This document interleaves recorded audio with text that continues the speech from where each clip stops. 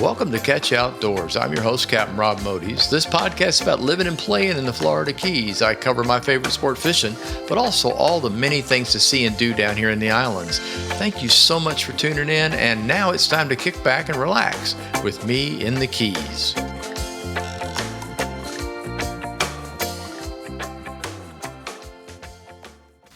This week's episode of Catch You Outdoors is number 196. Catch You Outdoors brought to you by Spotify, lots and lots of other streaming podcast sites. Thank you all very much for playing my podcast. This week's title, Happy Independence Day. And Happy Independence Day to everybody out there. Recording this on Wednesday. I hope you all have had a very happy and safe 4th. I hope you have a very happy and safe 4th of July. Right around the bend, man. It's coming up. So, time you listen to this, I guess Friday. Friday's the 4th. Yeah, you'll be listening on Thursday. Here in the Keys, we got quite a few big celebrations on tap. I mean, all kinds of stuff for the 4th. So, here, stand by. I'll get a list here. I tell you, I had to put together a big list. Here, let's start with this: Marathon Beach Party and Fireworks Show. That one looks like fun. Sombrero Beach, July 4th. The Key Lime Festival down in, Key West. Right in the middle of downtown. This started, July 2nd, which I believe is today. Yes, and runs through the 6th. All kinds of stuff, including dropping a giant a key lime pie off of a rooftop, apparently. This is to see if it'll bounce or not. And whoever builds the best thing around it when it lands will be, they win. But there's all kinds of stuff going on in Key West. You just hang out on Duval for the entire weekend, and you're going to see some wild, fun stuff. Founders Park, right down the road here in Alamorada, has a big celebration on July 4th. That starts, I think it's at 6 o'clock. Yeah, 6 to 10. Food and fireworks and all that kind of stuff. And there's a beach in there, too. Key Largo, they've got the Parrots and Patriots parade. We used to be right in the middle of that. They would stage that on the road we lived on off of US 1 and then parade down the road. Let's see, that starts at 10 a.m. for the parade, and then there's a picnic from 11 to 4. And that is over at the Caribbean Club, over by the Caribbean Club. The Key West Mermaid Festival. I had never seen this before. This is July 3rd to July 6th. It's part of the other festival I mentioned. What else we got here? Oh, my goodness. Other ways to celebrate. Hang on one second. I got more of this. I got to click on another page. I had all this stuff that I looked at. At first, I thought, well, there's like 2 parades. No, there's a lot more than that. Let's see. Big Pine Keys got fireworks on July 3rd. What else we got in here? The Isla Bella Beach Resort celebration on Marathon. Celebrate poolside with ocean views, live music starting at noon, food and drinks, and fireworks finale at 9:30 in the evening. Rumor has it there'll be fireworks here by us at Chica Lodge. They don't broadcast it much because it's pretty much for their residents, not for the public. Heck, there's no way to get in there anyway. The only way you might be able to see it is by water. So Janelle and I are planning on walking down to the beach to see what's up. If we hear a boom, then we know it started. So, what else is here? Key West fireworks at the Edward B. Knight Pier. I did not know that. July 4th after 9 p.m. I already mentioned Marathon. Let's see who else. Hawks Cay fireworks display. Good grief. The thing to do would be to fly over this in an airplane. That'd probably be about the most amazing thing you could watch from the air. Let's see who else. I'm kind of just running through these things. I think I mentioned that one and I mentioned that. So, fireworks viewing at Mote Marine in Key Largo. Really? Watch the fireworks from Mote Marine Laboratory, land-based coral industry. Oh, yeah, of course. That's going to be the fireworks that are out over like Blackwater Sound, so you can see that from their location. I believe that's what they're talking about. So there's a rundown for you. Tons and tons of stuff going on. I apologize in advance for dogs and cats. I know my cat hates the fireworks and goes under the bed, and I know many people's dogs do. Get your security blankets ready, wrap them up because it's going to happen. If you don't know this already, don't call the police for fireworks. It's legal to shoot fireworks in the state of Florida on the 4th of July. There aren't any restrictions. I don't remember when that happened or how it came out. They were trying to get rid of fireworks across the state of Florida, and everybody said you can't do that on Independence Day. I mean, that's just non-patriotic. So they came back and said, all right, on that day you can do it. And they might do it on New Year's too. I'd have to go look that up because I'm not real sure about it, but it's going to happen. So brace yourselves. Let's see what's next. I'm going to sum up the weather this past week and a half in one word: unpredictable. My friend Mike and his wife Debbie were visiting this past week, and we were hoping that we get at least a 1 day of fishing in. No. We had a real nice dinner. Thank you guys for taking us out to dinner. We went up to Lazy Days and had a really nice dinner. But the idea was to fish on like maybe Wednesday, and then we said, well, maybe Thursday. Boy, let me tell you what, those 2 days went to hell in a handbasket really fast. This was lightning, thunder, and you do not go out. And I'm talking like not for part of the day, just all the daggone time.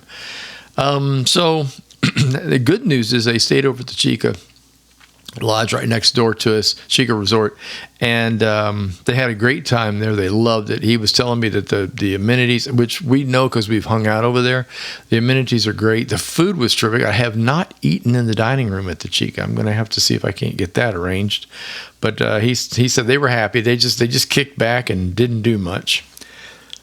After Thursday, the rest of the weekend, it just sucked. That's all there is to it. The weather has not pulled itself together. We got blows, we got rain, we got lightning, we got thunder. And guess what? There's more to come. That's why I mentioned the 4th. I hope you get to do all the things I just mentioned. There's a low pressure system draped across Florida. It's moving south and will probably stall. It looked like the line was around Tampa, then just draw a line across the state. The low is sitting there right out in the Atlantic, and it's kind of crawling a tiny bit left. It's actually tropical. In any other situation, this would probably become a tropical storm, but there's not enough time or enough energy for that to happen. But it's going to create a mess of rain, mostly in middle Florida, down toward Miami, Fort Lauderdale, Miami rather, in that order, down maybe Homestead. We should get some too. But, they keep saying 50%. Well, that just means 50-50. And that means, not many people will go out in boats for this when it's lightning.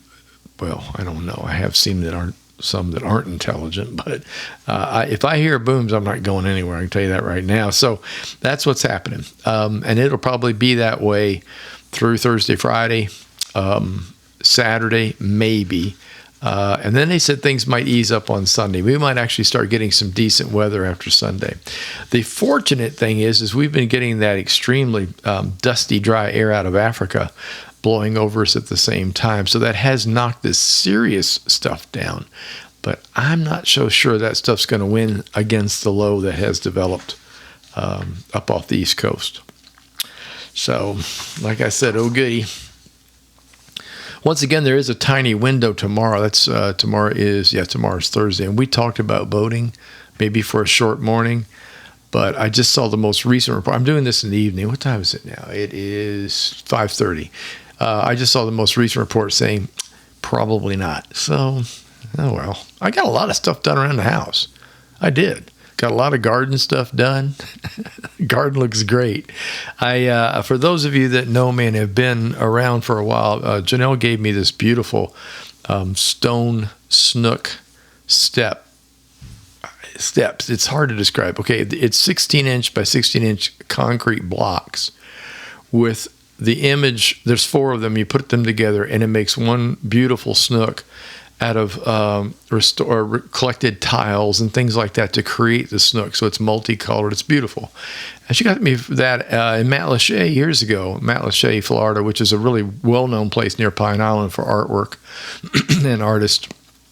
And so we've moved it from place to place, all 970 pounds of it. But anyway, I installed it the other day in the backyard, got it put in, and it looks great. So I am making headway. I am doing something. I'm not sitting around just playing games. I have been sitting around reading a lot of books, though. So let's see. Now for some of the fun stuff. Let's see, what did we do? Jonelle and I made a decision to visit the fish house up in Key Largo at least once every 2 weeks. I'm going to call it travel date night. That's about a 30-minute trip up US 1. We really missed the place. Last time we ate there was way back in April, just before we moved, or as we were moving. And, we just miss the people. The people are friendly. It's nice to be just, hi, how are you doing? And catching up on things. And we really started missing. And we miss the food. Their fish dishes are amazing. I love their cocktails, and I love the camaraderie. I really do. It's just nice to be able to sit down and meet the same people, the faces that you've seen over and over again. So we decided that it ain't that hard to drive up there. And we go up early. We'll probably pick Friday, because Friday is when the tourists are coming south, so the northern traffic is usually not bad at all in the evening, and there aren't many people crashing into restaurants. Heck, they're crashing into Publix when they get here on Friday evening. So that's what we're going to do. Yellowtail Matacumbe, baby. If you haven't tried it and you come down to Key Largo, check out the fish house in Key Largo and order the Yellowtail Matacumbe. Trust me on this one. We also made it to the pool at the marina on Saturday. Now you're not working on your tan when it's overcast. Well, you could. I mean, I guess I should warn you. You can get a sunburn on a cloudy day down here, especially in the summertime. Weather was marginal. It drizzled a little bit. It was overcast, and then the sun would pop. Overcast, and the sun would pop. We just stayed in the water. We stayed in the pool and chatted with some other people that had been there doing the same thing we were doing, kind of hiding out. I did see one guide come in, but he had a really long face. Just, and I can understand that. He was very wet from head to toe. We started work a little later than usual. We didn't get over there till about 10 or so, because we really didn't know what the weather was going to do. But it made for a relaxing day. We got out of the house. That's the important thing. On a visit to the bar for my usual Bloody Mary, late morning. No, I'm trying not. Well, you can't start till afternoon there. I happened to take a look at the notice board, the bulletin board that was sitting behind the bar, and it said the Lower Mat Cats were going to be playing there at 5 o'clock. Along with the usual dinner for members that's supplied at the Tiki Bar. Oh, and the beer night. I don't drink a whole lot of beer, but you get free beer for an hour out of the keg, which is, for some folks, that's really cool. So anyway, I was like, oh, really, man? I've only heard them play like remotely, if you want to call it that, but not like in the same facility sort of thing, and it was great. So we headed home about 3. We showered, we rested up, we returned for food, drinks, and music. And by the way, the Lower Mat Cats are a great mix of local performers, including artist Pasta Pantaleo. Pasta has a studio right down the road from us with some of the most beautiful art. He is well known here he's well known in the Keys as a stand-up artist. He just does some of the most beautiful fish and outdoor paintings that you've seen. He is starting to get into some wildlife, birds and things like that. And of course, he's on this jellyfish thing now. I saw the jellyfish he's doing are incredible. So we actually stopped by the studio and took a peek, but it was really cool to see him. By the way, he's an amazing drummer. He's part of the band and a fantastic artist. During a break, he told us he's busy doing some news stuff on social media and video. And during our conversation, he found out I'm doing a podcast. And so he invited me to lunch to talk about that. And we've come up with some really cool ideas. And I am very, very anxious, if he'll have me, to work with him and find out what we're going to do about this. So he and I see eye to eye on an awful lot of stuff. And as you all know, I'm an art fan as well as a music fan. And obviously so is he.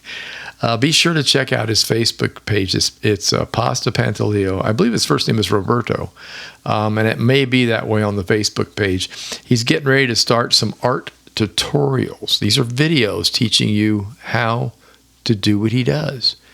And we talked about that at the lunch, and I said, wow, that's amazing. He goes, yeah, he says, it comes a time when you want to give back. You want, you've been successful. You've got this following, and it's fun. And I said, I totally get it. So check it out. It's on Facebook. I don't have the exact page, but if you look up Pasta Pantaleo alla Murata, I'm sure it'll turn up.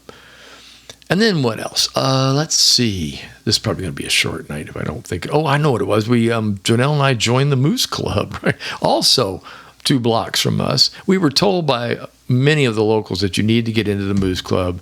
It's a social spot. It's great. They raise money for causes, which is also very cool. It's a fun crowd. It's a members only. It's a pay your dues every year. So, and we had a couple sponsors sponsor us. So we went and we signed up yesterday, as a matter of fact. Had a couple drinks, talked to the local people. Janelle had a smash burger, which she said was really great. So we'll be doing that every week. There ain't no doubt about it. They had a bulletin board up showing, the poker night and the Queen of Hearts night and bingo night and all that kind of stuff. So, what the hey, right? Another way to get out of the house, especially when the weather's crappy. And that place was packed because the weather was crappy, I guess. Well, no, not. Probably because it was poker night. Anyway, it's walking distance and it's going to be fun. So my latest article in the Coastal Angler magazine is out. That's the July issue. Excuse me. You can pick it up most anywhere in the Keys, as well as check it out online at coastalanglermag.com. The funny part is I have no idea what I wrote. I haven't looked at it yet. You write a whole month and a smidge, like a month and a week in advance. Like I just finished the August article today. So, sorry, I don't remember. Anyway, go online. It's on there. Click on the Keys edition. It's the Florida Keys edition. Still working on the Wayne Stinnett books. His Caribbean series with Jesse McDermott. I just started number 16, and I looked down the list and noticed there's 30 because he's adding a brand new book. I think it just came out. So I don't know if I'm ever going to catch up.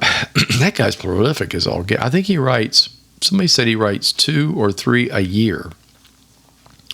Wow.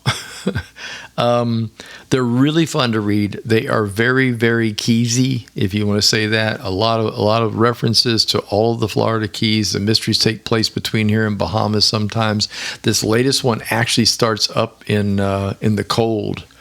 Gosh, you know what? Now I can't remember where the heck it was. I was so stunned to see snowfall at the beginning of the book.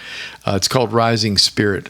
And I'll tell you more about it as I go along over probably next week. It's a really fun series to read. I've been looking for something along the lines of Randy Wayne White and John D. McDonald and James Hall and these people that are favorite Florida mystery writers of mine, and I found it. And I love reading this stuff. You never know what's going to happen. But like I said, now there's 30 books. So I got some reading to do. Oh, if you check it out, I've said this before and I'll say it again. You can pull up a list of titles in order and start at the beginning. He pulls almost all of his characters forward from previous novels, all the way down now to, I just started 16. He's already talked about somebody that's in book number 2. So, yeah, I'm not saying that you get lost, but I don't think it'd be anywhere near as much fun as basically starting at the very beginning. Excuse me. Gosh, I am clogged up. There's too much mold and stuff blooming out there.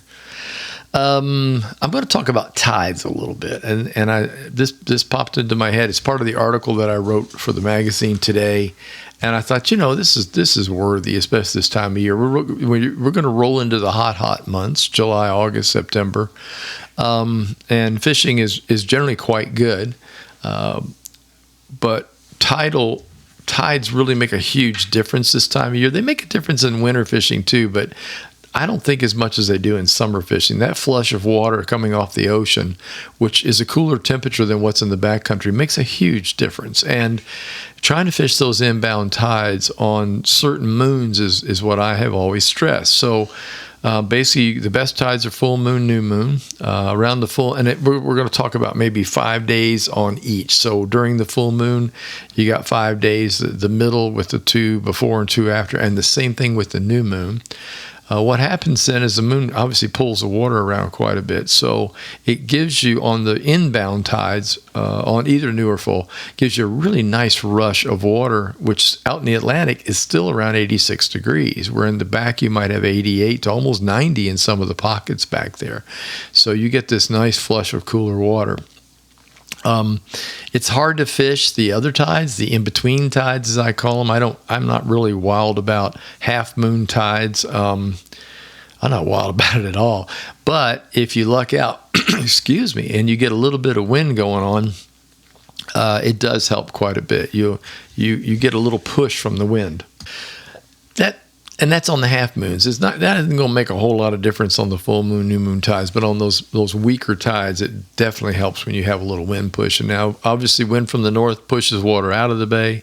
Wind from the south pushes water into the bay. That's pretty self-explanatory. And Islamorada is faced in a way that we really do get solid south and solid north. We're not like Key Largo, where I lived before this. Key Largo is kind of a northeast to southwest facing, all the way up and down the whole island. This is much more across everybody pictures the Florida Keys as running south to Cuba. They don't. The Keys run southwest to Cuba. They get down that way real close eventually in Key West, 90 miles away, but it's a slow curve basically. So you can really tell here that the wind affects the tide much more than it did up in Key Largo. And there's not as many openings in Key Largo, too. We have a lot more breaks in the wall down here, if you will. The bridges and cuts and things like that are more plentiful. A tip I'll give everybody is about wind is always fish the windy side of an island. If you're going to go in the back country and you got a breeze of 10 to 15, which is not uncommon, especially in the afternoon, the winds tend to pick up, whereas the mornings will be fairly calm.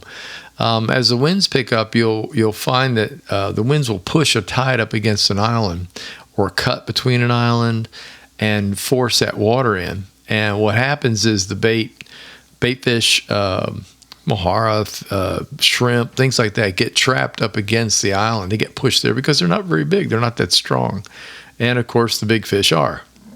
And that's when you tend to see the snook and the redfish and even sea trout come in close to those islands because they know it's going to be easy, real easy. So keep that in mind. And don't ever be afraid to fish the windy side of an island, even if it's a north wind coming down on a tide, especially in the summertime. Most everybody tries to get out of the wind. Most everyone tries to take their boat, and they always anchor on the lee side of whatever it is to buffer themselves from the wind. And that ain't a good idea if you fish. It's comfortable. It's nice. You can stop and eat a sandwich there, have a sip of water and just enjoy the calmer water. But the truth of the matter is you will catch more fish on the windy side. And that's because they are used to that stuff either blowing up off the flats or blowing around in the mangroves. Take my word for it. You pull up on some islands when there's a north wind going, you're going to see the snowy egrets and the little blues, tricolors. They're going to be sitting on that edge right in front of those mangrove because they know that little bait's going to get blown in there, and that's chum, baby. That's just plain and simply chum. So get out there and fish the tides when you get a chance. That's my tip of the day for you. Summertime's here, baby, and the water's going to warm up, and it's always good to get a nice flush. And I like working that inbound time, and I like working those 10 special days. If Mr. Weatherman will let me, I'm not going to blame him. It's not his fault. Mother Nature did it this time. So anyway, coming up next, useless information.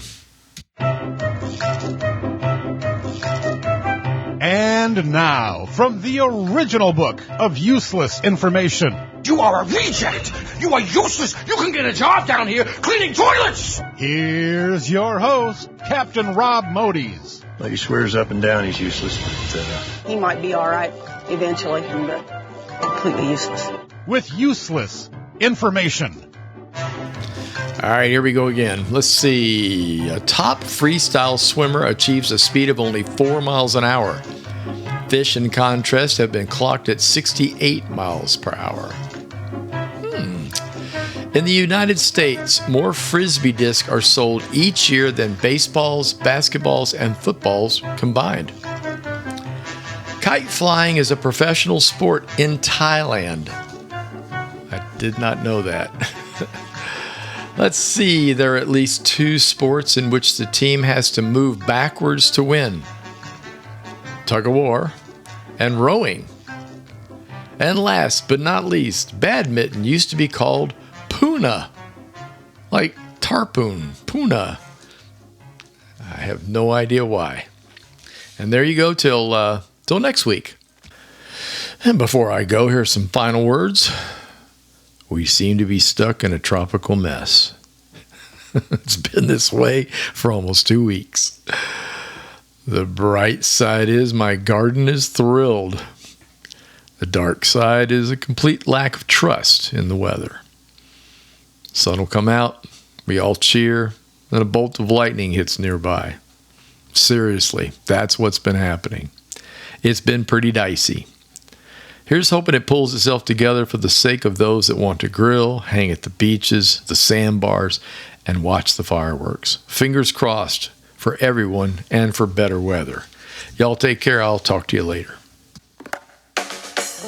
Thank you for tuning in. If you enjoyed listening, please subscribe to the podcast channel. Tell a friend. Facebook page is Catch Ya Outdoors. The website's catchaoutdoors.com, where you can find all the previous podcasts and news about my books and my music. Until next time, get outdoors and enjoy.